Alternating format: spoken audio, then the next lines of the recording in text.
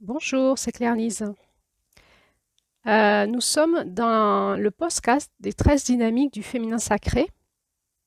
Et dans ce podcast, nous étudions mois après mois, dans un référentiel énergétique, nous étudions mois après mois les énergies qui nous animent, à la fois dans notre année et à la fois dans notre vie, pour que nous puissions en prendre conscience et avoir un pouvoir d'action dessus.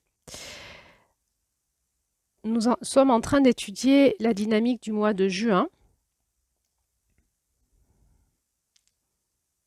Et dans cette dynamique-là, nous apprenons à faire monter notre corps physique en fréquence vibratoire dans les fréquences de la lumière.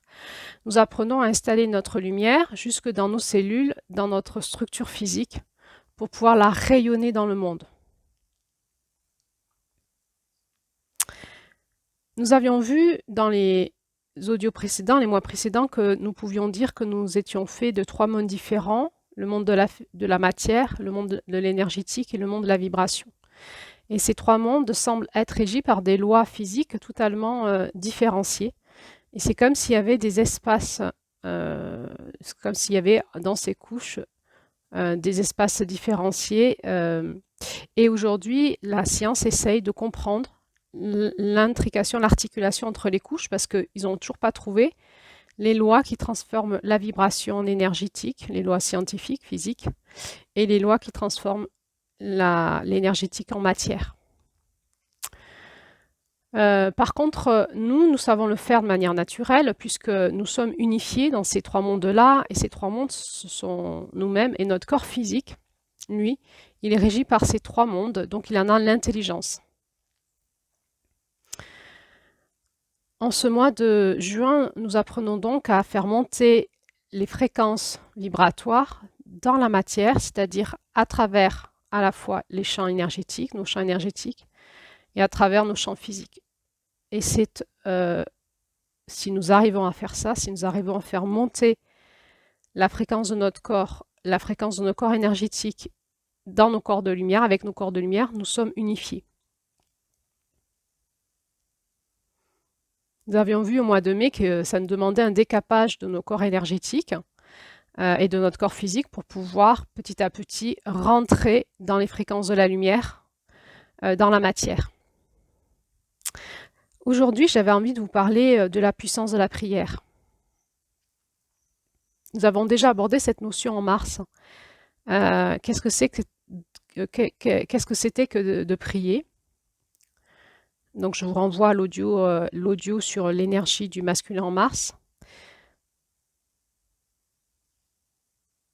Mais en résumé, la prière, c'est un mot religieux que l'on fuit, comme Dieu d'ailleurs. Mais c'est un mot qui veut dire quelque chose en français. Prier, c'est s'adresser à plus grand que soi. Que soi étant sa conscience, sa perception de la conscience immédiate.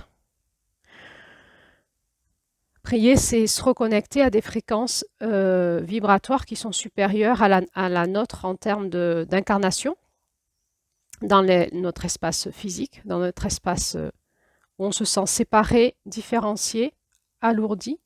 Et la capacité de nous reconnecter à des fréquences supérieures va nous aider à manifester dans la matière quelque chose de plus haut vibratoirement que ce que l'on ferait si on ne s'était pas reconnecté.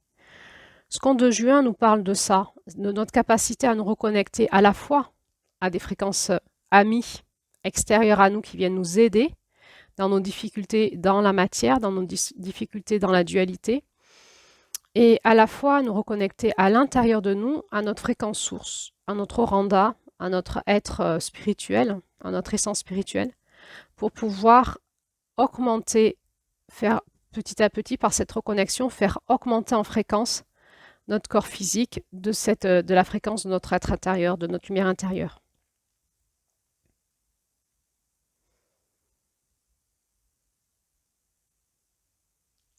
J'avais envie de vous témoigner en fait des bénéfices de la prière. Moi, c'est ce qui me sauve la vie depuis toujours. Dès que je prie, dès que je me reconnecte, il se passe quelque chose dans la matière. Et c'est de plus en plus immédiat. Dès que je prie plus, il ne se passe plus rien. Nous avons vu dans l'audio précédent que ces fréquences de lumière, elles n'agissent pas si nous ne nous adressons pas à elles. Elles nous laissent libres d'actionner notre vie comme on le veut en fait. Mais elles sont à notre disposition. Dès qu'on s'adresse à elles, elles passent à l'action, elles nous aident.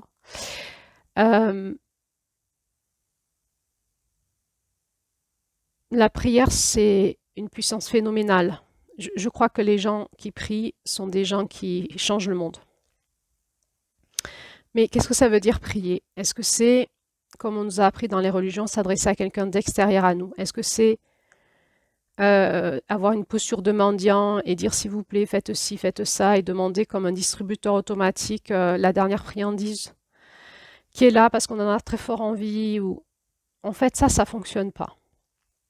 Parce que ça, c'est pas de la prière, c'est juste manipuler les énergies vibratoires, et comme elles sont pas manipulables, ça n'arrive même pas jusqu'à elles, quoi. C'est dans le vide, ça se passe dans le vide. La prière, c'est avoir la capacité de repasser par notre cœur, notre espace intérieur, l'espace de pouvoir ressentir en nous notre présence et de pouvoir s'adresser à ce monde vibratoire de haute fréquence. Comment on s'adresserait à des enseignants, comment on s'adresserait à des collègues, comment on s'adresserait à notre père, à notre mère, comment on s'adresserait à nos frères et sœurs, à notre famille en fait. C'est se reconnecter à notre famille vibratoire et à parler avec eux, à leur donner de nos nouvelles, à prendre des leurs, à exposer nos besoins, à dire bah ouais, là actuellement je suis un petit peu en difficulté par rapport à ça, je me sens comme ça, je suis prise à ces émotions-là, j'y vois pas clair. Poser des questions, recevoir de l'enseignement, demander les coups de pouce dont on a besoin, remettre nos difficultés, nos vulnérabilités, écouter aussi la puissance qui est en nous, se manifester.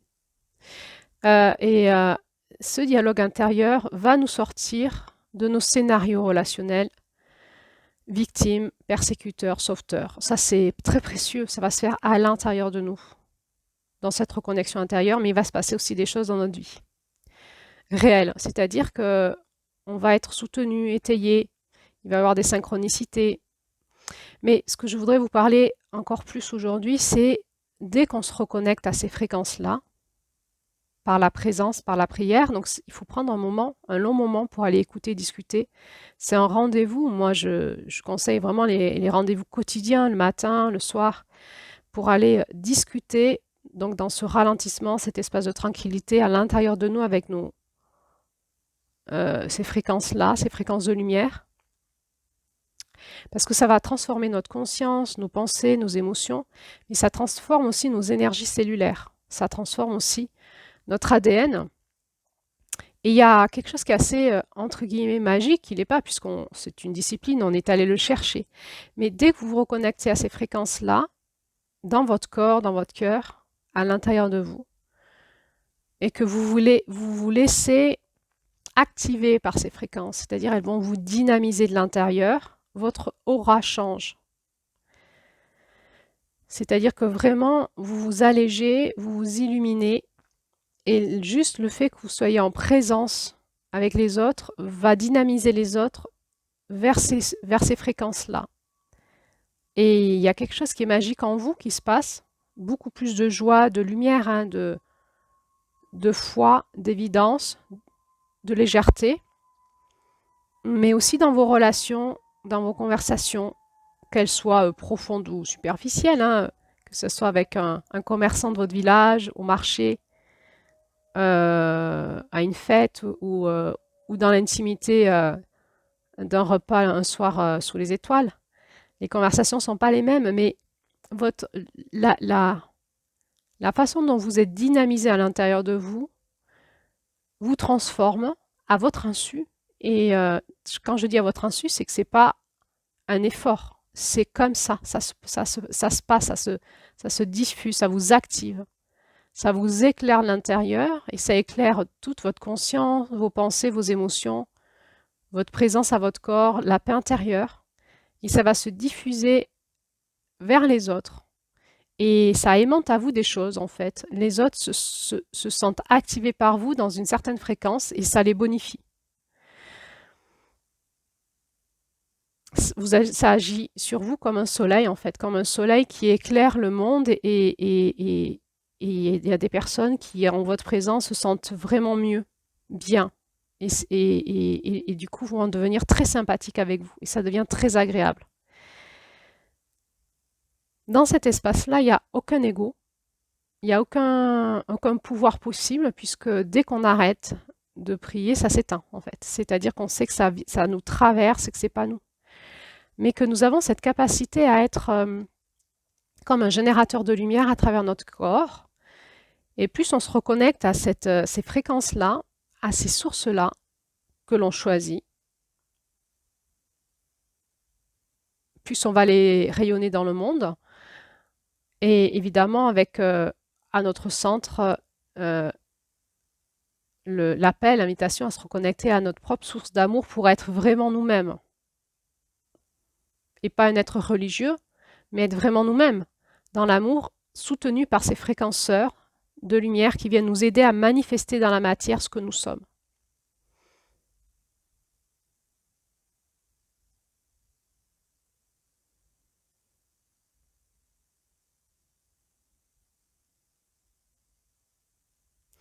Ce que je vous partage là aujourd'hui, c'est pas une théorie, c'est une pratique. Et c'est du vécu.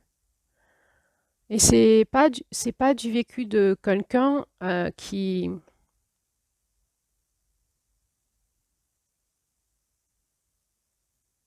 waouh, elle est arrivée dans le monde, elle était déjà puissante. Et c'est trop de chance et du coup, c'est pas moi.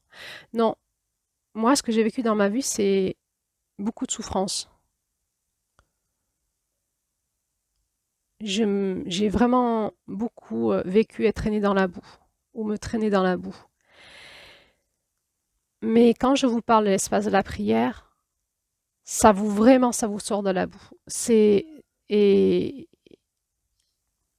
ça demande encore une fois une pratique. Ça demande encore une fois une forme de discipline, un rendez-vous avec soi-même, avec ces fréquences-là. Ça demande de lâcher les jeux vidéo, les films, tous les trucs qui nous prennent tout notre temps et qui nous empêchent de nous reconnaître à l'intérieur de nous-mêmes. Ça nous demande de prendre un temps de pause, de méditation, de silence et d'écoute intérieure tous les jours pour se redynamiser dans ces fréquences-là et les manifester dans le monde à travers soi. Qu'est-ce qui est intéressant dans le fait de manifester ça dans le monde? C'est déjà pour soi, en fait. Ça change notre vie. Ça nous rend beaucoup plus joyeux et ça simplifie toute notre vie, nos relations, etc.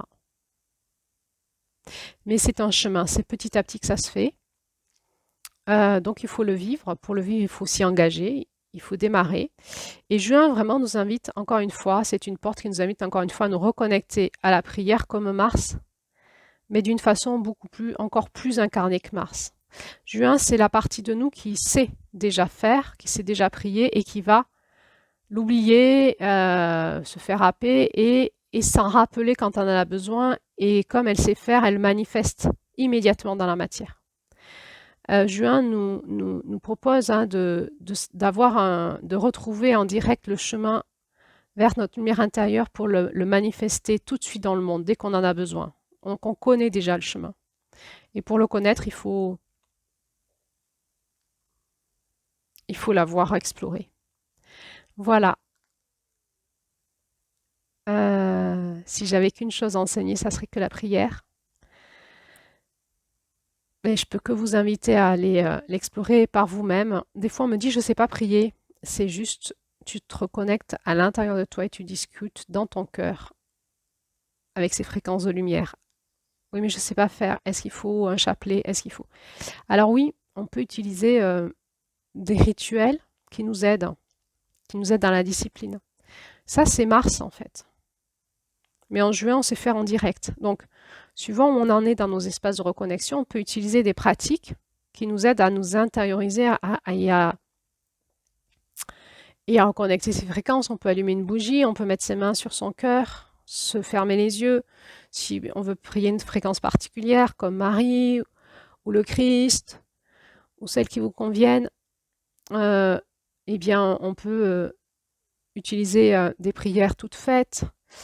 Euh, mais il y a un moment, vous allez voir, au début ça aide, et puis à un moment ça sonne creux. Pourquoi? Parce que, en fait, ces rituels vous aident au démarrage, à vous intérioriser, à vous. C'est comme si c'était se brancher sur la bonne fréquence radio. Donc c'est un peu le bouton qui nous permet de nous brancher sur la fréquence. Mais une fois qu'on est sur la fréquence, redire tout le temps la même prière ou faire tout le temps le même rituel, ça devient, ça sonne creux en fait. Maintenant, on a besoin dans la fréquence, de parler avec la personne et d'être en lien. Et c'est simple en fait, il n'y a pas de rituel particulier. Alors, encore une fois, les rituels aident au démarrage si on en a besoin. C'est Mars. Et Mars, dans notre initiation chamanique, on nous propose un référentiel de prière chamanique que moi j'utilise quand j'en ai besoin et qui m'aide beaucoup. Euh, mais en juin, on a retrouvé la capacité de parler en direct. Et donc il faut y aller, c'est prendre le téléphone, appeler le bon numéro et dire allô, ça va? C'est Claire Lise. Ça va? Ouais, bon, alors, et on commence à discuter. Mais il faut avoir le bon numéro pour appeler la bonne fréquence. Et donc, les rituels de démarrage nous permettent de. C'est comme si on nous donnait le numéro. Mais une fois que ça répond en face, ça dit allô, allô, euh, eh bien, on raccroche pas en fait. C'est là où il faut rentrer en contact et dialoguer avec ces fréquences-là. Et encore une fois, le chemin, le réseau téléphonique, il passe par notre cœur et pas par ailleurs. C'est le seul chemin de sécurité.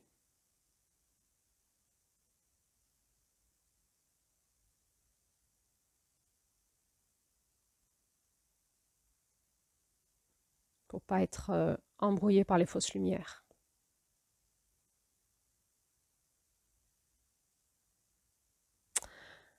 Alors, je vous souhaite une bonne expérimentation.